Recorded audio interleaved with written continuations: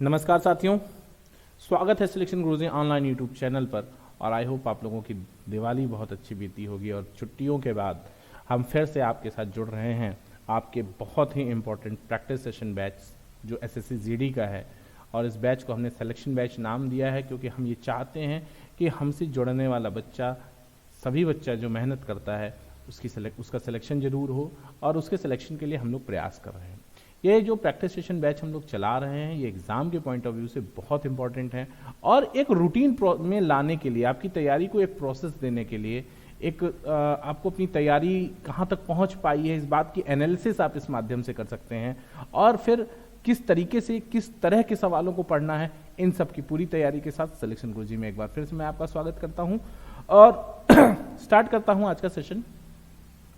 यदि किसी विद्यालय में कुल विद्यार्थियों में 60% लड़के हों और लड़कियों की संख्या 972 हो तो उस विद्यालय में कुल कितने लड़के हैं?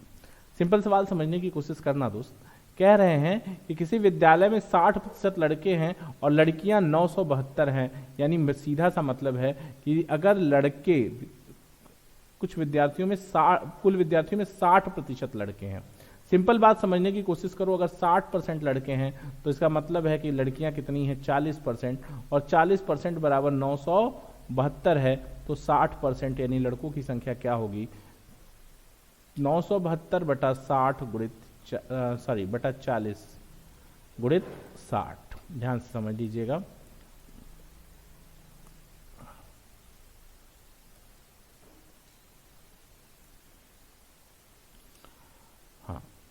बटा 40 और गुणित 60। 20 तेईस 60, 20 दूनी 40, 2 चौके 8, 2 अट्ठे 16, 2 छक्के 12। और इसको डबल, इसको 3 गुना करना है आपको, तो 3 छक 18 1, 3 अट्ठे 24 1 25, 25 2 और 3 चौके 12 2 14।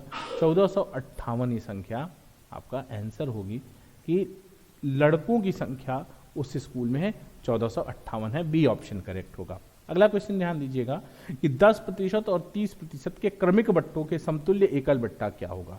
देखिए, बट्टे का जो सवाल है ना, दो तरीके से आप सॉल्व कर सकते हो। एक तो आपके पास फार्मूला है कि अगर 2 कॉन्स्टिट्यूटिव डिस्काउंट हैं, 2 क्रमिक बट्टे हैं, तो उसका फार्मूला होता है समतुल्य बट्टा x + y - xy/100। Simple formula है।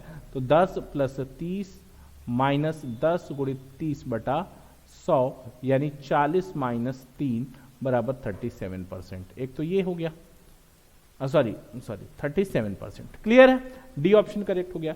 दूसरा, अगर आपको ये फॉर्मूला मान लीजिए बाय द वे दिमाग में नहीं है तो आप सिंपल कर सकते हो कि 100 का सामान है भैया, पहले 10% डिस्काउंट दिया तो 90% लिया होगा और फिर 30% डिस्काउंट दिया तो 70 लिया होगा। कैट हो 0, नीचे 4 0, ऊपर 4 0, खत्म कर दीजिए। 9 सत्ते 63। ये 63% आपको देना है तो छूट कितना हो रहा है? 37%। तभी तो मिलकर 100% होगा। 6 3 9 और 10 100। ठीक, तो कितना? 37% का डिस्काउंट है। क्लियर कहानी? अगला सवाल, कौन सी धनराशि पर साधारण ब्याज के 6 महीने में 4% वार्षिक दर से 150 रुपए ब्याज मिलेगा? सिंपल सवाल समझने की कोशिश करो। अगर 6 महीने में ब्याज की दर अगर 4% वार्षिक है तो 6 महीने के लिए 2% होगी, क्योंकि जब समय छमाही हो जाता है तो दर आधी हो जाती है, यानी 2% बराबर 150, यानी 1% बराबर 75, तो 100% बराबर हो जाएगा 75 100 7500। यहां तक क्लियर है कहानी? बी ऑप्शन करेक्ट है। अगला क्वेश्चन है, कह रहे हैं कि 5 पुरुष किसी काम को 6 दिनों में पूरा कर सकते हैं जबकि 10 महिलाएं उसे 15 दिनों में पूरा करती हैं। 5 महिलाएं तथा 3 पुरुष मिलकर उस काम को कितने दिन में पूरा करेंगे? सिंपल सवाल समझने की कोशिश करना दोस्त, बहुत आसान सवाल है। 5 पुरुष 5 मेल किसी काम को 6 दिन में कर सकते हैं, यानी एक आदमी को अगर करना हो तो एक आदमी वो काम 30 दिन में करेगा। फिर कह रहे हैं कि 10 महिलाएं 10 फीमेल्स किसी काम को अगर 5 दिन में करती हैं तो ये कितने दिन, तो एक महिला कितने दिन में करेगी? 50 दिन में करेगी। तो कह रहे हैं कि 5 फीमेल्स प्लस 3 मेल्स इसको कितने दिन में करेंगे? तो अगर किसी काम को 5 महिलाएं, एक महिला 50 दिन में करती है तो 5 महिलाएं कितने दिन में करेंगी? 5 महिला अगर मिल जाएंगी तो एक महिला का एक दिन का काम कितना हो जाएगा? 1/50। एक दिन का काम 1/50 50 और एक पुरुष का काम एक दिन का 1/30। तो 5 महिला का एक दिन का काम 5/50 और प्लस 3/30 पुरुष का, 3 पुरुष का एक दिन का काम 3/30, यानी हो गया 1/10 प्लस 1/10, यही ना, 1/10 प्लस 1/10, 1/10 और 1/10 मिलके हो गया 2/10, 2/10 का मतलब हो गया 1/5, यानी 5 महिला और 3 पुरुष का एक दिन का काम हो गया 1/5। तो पूरा काम पूरा करने में कितना दिन लगेगा? 5 डेज लगेगा। ये आपका बी ऑप्शन करेक्ट है। यहां तक कोई दिक्कत हो तो बताइए, कर लोगे यहां तक क्वेश्चन? अगला क्वेश्चन ध्यान दो। अगला क्वेश्चन है कि एक रेलगाड़ी 45 की, ध्यान देना यहां इस क्वेश्चन में कोई दिक्कत नहीं है ना भाई, मैं फिर से एक बार एक्सप्लेन कर दे रहा हूं आपको, क्योंकि कोई प्रॉब्लम नहीं रहनी चाहिए, समझ लेना इसको समझ लेना। कह रहे हैं, एक मिनट, कह क्या रहे हैं, ध्यान देना, कह रहे हैं कि 5 जो है, सॉरी कलर सही ले लो, 5 आदमी किसी काम को 6 दिन में कर सकते हैं, तो एक आदमी को अकेले करना होगा तो 30 दिन में करेगा, और उसका एक आदमी का एक दिन का काम कितना आ जाएगा? 1/30। क्लियर कहानी? कह रहे हैं कि 10 महिलाएं उसी काम को 5 दिन में कर सकती हैं, यानी एक महिला उस काम को 50 दिन में करेगी, तो एक महिला का एक दिन का काम 1/50 हो जाएगा। अब 5 महिलाएं, एक महिला का काम एक दिन का 1/50, तो 5 महिलाओं का एक दिन का काम 5/50, एक पुरुष का एक दिन का काम 1/30, तो 3 पुरुष का एक दिन का काम 1/30, दोनों का एक दिन का काम 1/10, 1/10 यानी 2/10 यानी 1/5, यानी अगर ये मिल जाए तो एक दिन में 1/5 काम करती हैं, तो पूरा काम 5 दिन में करेंगे। सिंपल सवाल, बी ऑप्शन करेक्ट हो जाएगा।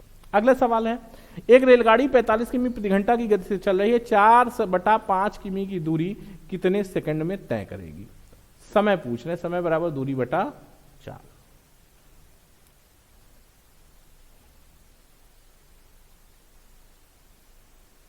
समय बराबर दूरी बटा 4।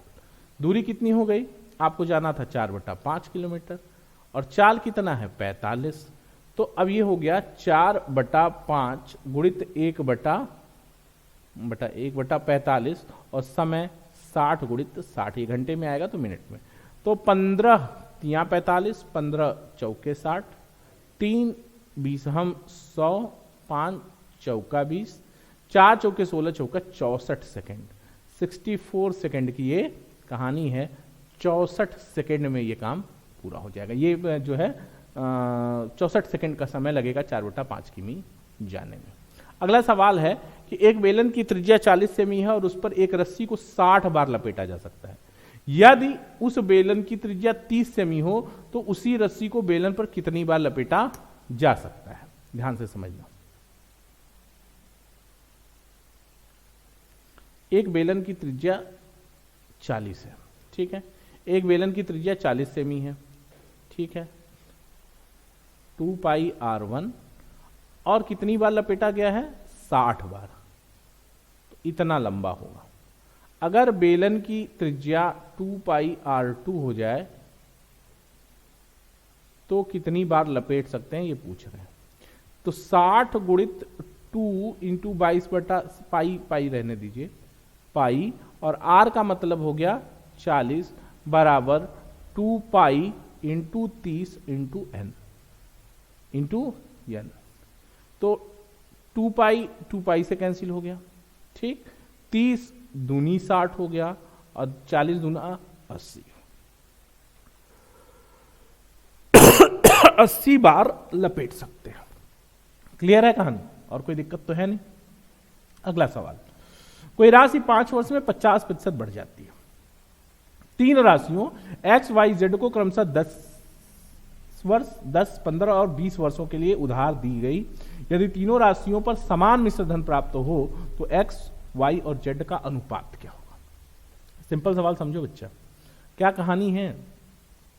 5 साल में इन 5 ईयर कोई राशि कितनी बढ़ जाती है? 50%, यानी हो कितनी जाती है? 50% वृद्धि की बात हो रही है। तो मिश्रधन अमाउंट कितना बढ़ रहा होगा? अमाउंट कितना हो जाता होगा? एक पूरा अमाउंट प्लस वृद्धि 50%। 50% का मतलब हो गया 1 + 1/2 यानी 3/2। 3/2 कट रहा है ना, इसको यहां कर देता हूं 3/2। अब x है, देखो कहानी क्या है, x है, y है, z है, सॉरी z है, z।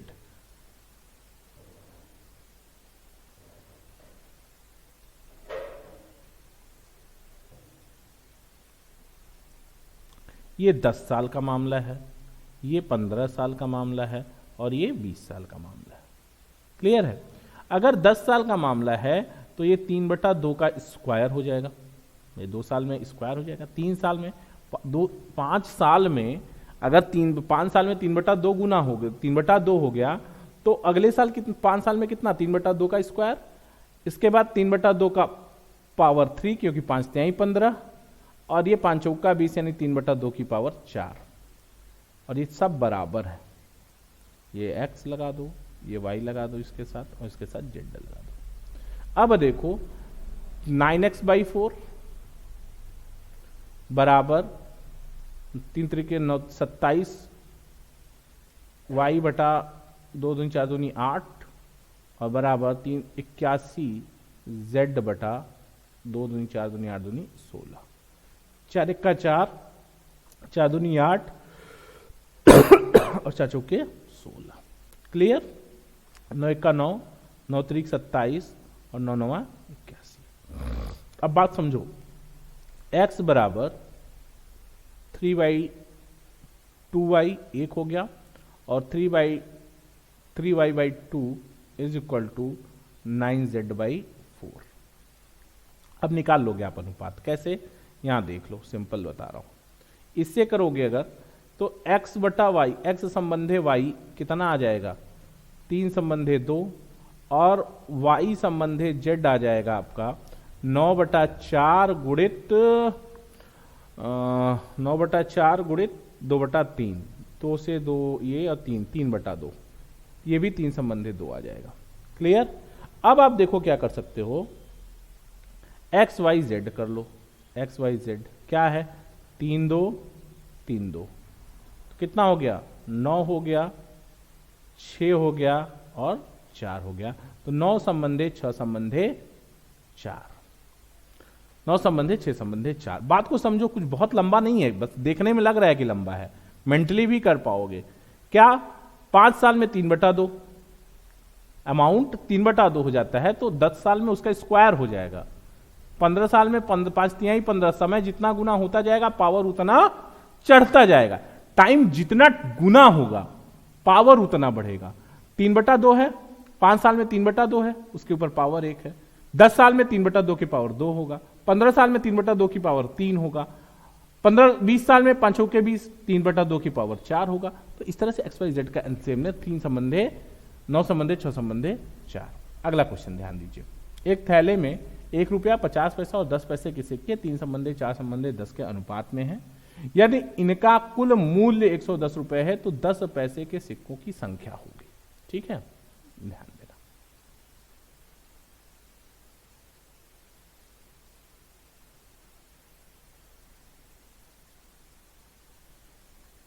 ध्यान दो बच्चा, क्या कह रहे हैं ये समझो। एक थैले में 1 रुपए का सिक्का है, ठीक है, स्पष्ट है। 50 पैसे का सिक्का है और 10 पैसे का सिक्का है।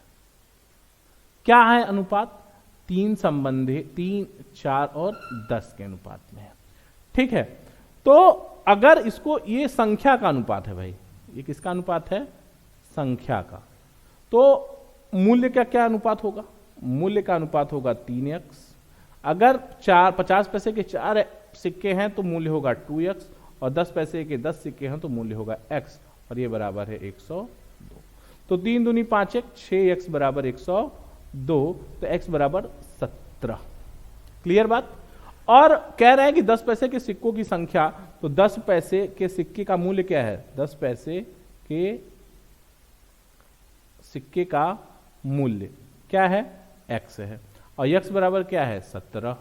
अगर 17 रुपया 10 पैसे का है तो सिक्कों की संख्या कितनी हो जाएगी, सिक्कों की संख्या बराबर 117। 70 सिक्के होंगे अगर 10 पैसे के, तब वो जाके 17 रुपया बनेगा। नेक्स्ट क्वेश्चन पे ध्यान दीजिएगा। अगला क्वेश्चन क्या कह रहे हैं कि एक आयताकार खेत की लंबाई उसकी चौड़ाई का एक सही 3/4 गुना अधिक है, खेत का परिमाप 550 मीटर हो तो उसका क्षेत्रफल कितना होगा। सिंपल सवाल है, समझने की कोशिश करना दोस्त। क्या कह रहे हैं आपसे, कह क्या रहे हैं, ये कह रहे हैं कि अगर इसकी लंबाई, अगर इसकी चौड़ाई, आप इसकी चौड़ाई b को अगर 1 मान लेते हैं तो इसकी लंबाई कितनी हो जाएगी 1.75।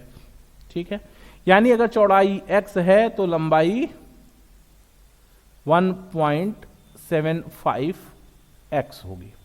और परिमाप की अगर आप बात करते हो तो परिमाप होगा 2 × L + B, that much is equal to 550। और L + B कितना हो जाएगा 275। L कितना है और ये जोड़ोगे तो 1.75x + x बराबर 275 या 2.75x इज इक्वल टू 275 या x is equal to 100। x is equal to 100 आ जाएगा। तो अब इसका x अगर ये क्या है, ये चौड़ाई है, तो लंबाई क्या है दोस्त, ये चौड़ाई x बराबर इतना है तो लंबाई बराबर 1.75x बराबर 175 हो जाएगा। तो क्षेत्रफल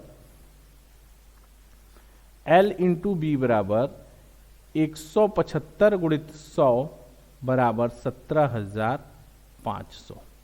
17,500 वर्ग मीटर उसका क्षेत्रफल हो जाएगा। यहां तक कोई दिक्कत नहीं है। अगला क्वेश्चन ध्यान दीजिएगा। एक पुस्तक विक्रेता पुस्तकों पर 10% छूट देता है। एक पुस्तक विक्रेता पुस्तकों पर 10% छूट देता है। 1,000 रुपए से अधिक की खरीद पर बिल की रकम पर वह 10% की अतिरिक्त छूट भी देता है। ठीक है, 1200 की खरीद पर वह कुल कितनी छूट देगा। सिंपल बात समझने की कोशिश करो दोस्त। दो छूटें हो गई, 10% और 10% की दो छूट है। तो इसका एक तरीका यह है कि आप 10% और 10% की दो कॉन्स्टिट्यूटिव डिस्काउंट कितना हो जाएगा वो निकाल लो। क्या कह रहे हैं समझो बात को। एक तो ऐसे ही नॉर्मल 10% छूट देता है और दूसरा 1,000 रुपए से अधिक की खरीद पर वो 10% की अतिरिक्त छूट देता है, यानी कुल छूट हो जाएगा x + y - xy/100। ध्यान दीजिएगा, छूट के लिए यहां पे माइनस होता है, ठीक, -xy/100, यानी कम्युनिकेटिव जो डिस्काउंट है वो 10 + 10 -10 × 10/100 यानी 19% है। तो कह रहे हैं वह कुल कितनी छूट देगा। तो कुल कितनी छूट देगा, 1200 का सामान है, 19% छूट चाहिए बटा 100। 19 दूना 38 की 8 हासिल 3, 19 का 19, 3 22, 228 रुपया इसका आंसर होगा। यहां तक कोई दिक्कत नहीं है। अगला क्वेश्चन ध्यान दीजिए।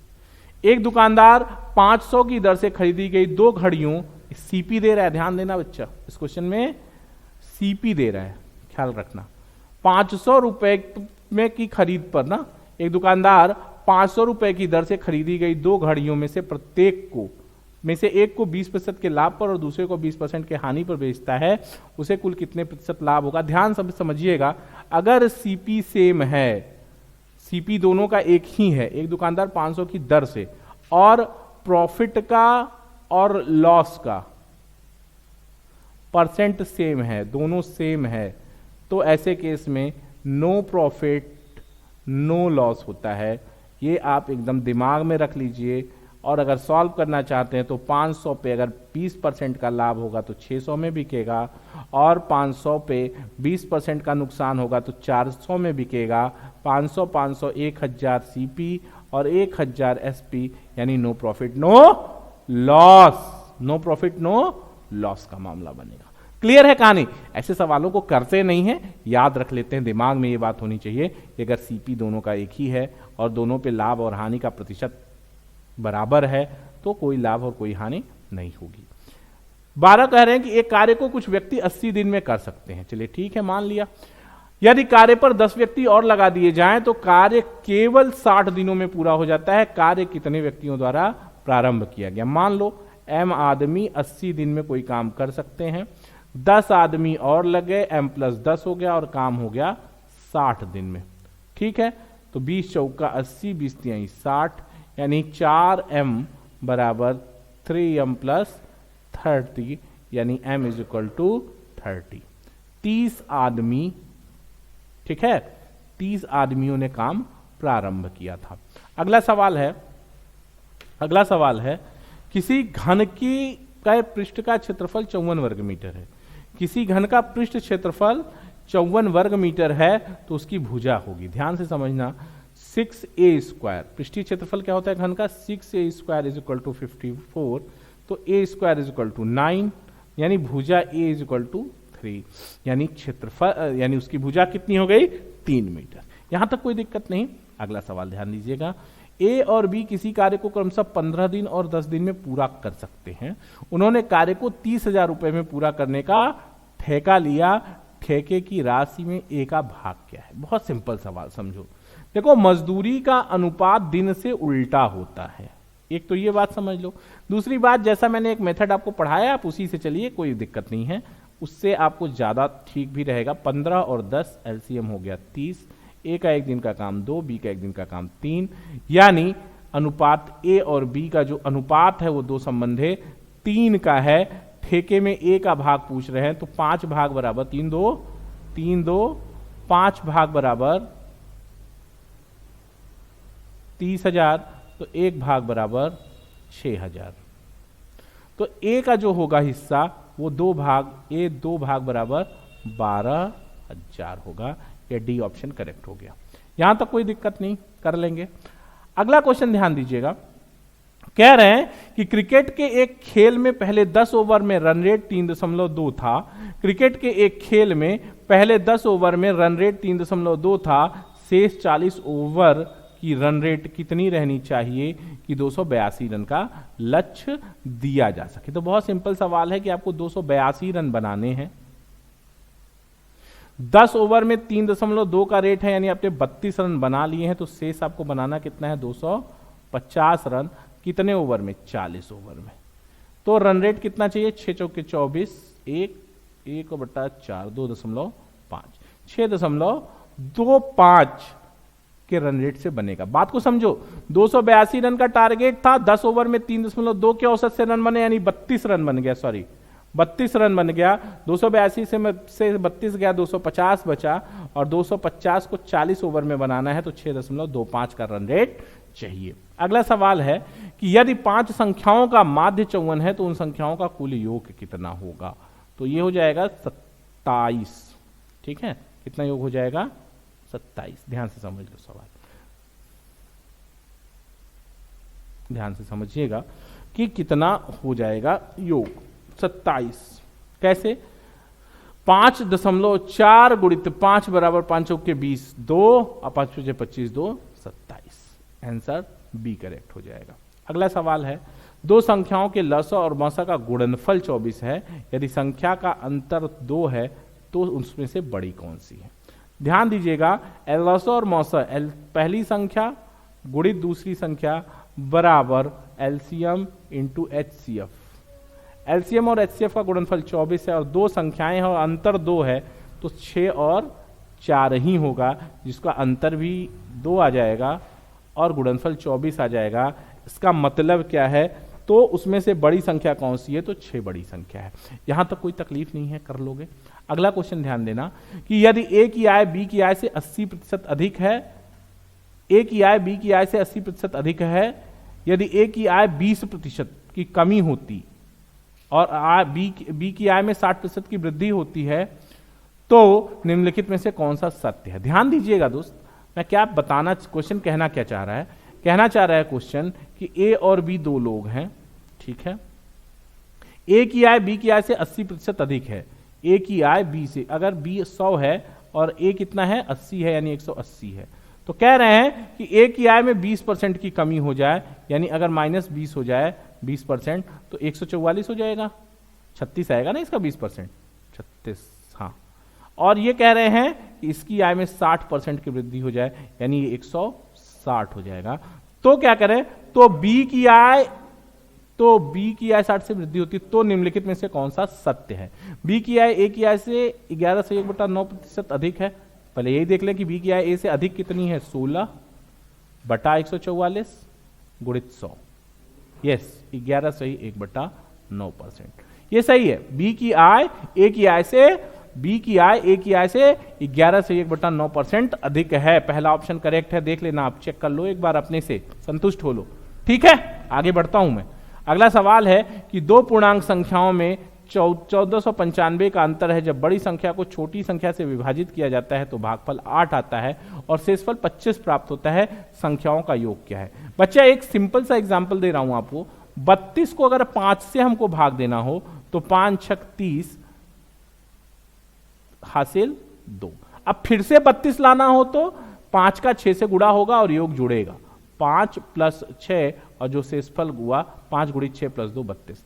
यानी भागफल का, भाजक का भागफल से गुणा करके शेषफल जोड़ देंगे तो भाज्य आ जाएगा। देखो कह क्या रहे हैं यहां, दो पूर्णांक संख्याओं में 1495 का अंतर है, यानी एक संख्या x है तो दूसरी संख्या 1495 + x है। जब बड़ी संख्या को छोटी संख्या से भाग दिया जाता है, बड़ी संख्या क्या है 1495 + x, इसको भाग देते हैं किससे? इसको भाग देते हैं छोटी संख्या से, तो भागफल 8 आता है और शेषफल 25 बचता है। क्या मतलब है इसका? यानी 8x + 25 = 1495 + x। क्लियर हो रही बात? 7x = 1400, 5 90 70, 1470, x बराबर हो गया 210। पूछ रहे हैं संख्या का योग क्या होगा, तो संख्या का योग क्या है? एक संख्या x है, दूसरी संख्या 1495 + x है, यानी 2x + 1495, और 2x कितना है 210, यानी 420 + 1495, यानी 14 2 1600, 1 1700, 14 2 14 4 1800, 1900, 1915 ये आपका आंसर होगा 1915। ये ऑप्शन बी सही हो जाएगा, दूसरा ऑप्शन सही हो जाएगा। क्लियर है इतनी कहानी? सिलेक्शन गुरुजी के प्रैक्टिस सेशन बैच में आज इतना ही। कल फिर मुलाकात होगी आपसे और बेहतरीन शानदार सवालों के साथ। देखते रहिए सिलेक्शन गुरुजी ऑनलाइन। जय हिंद, जय भारत।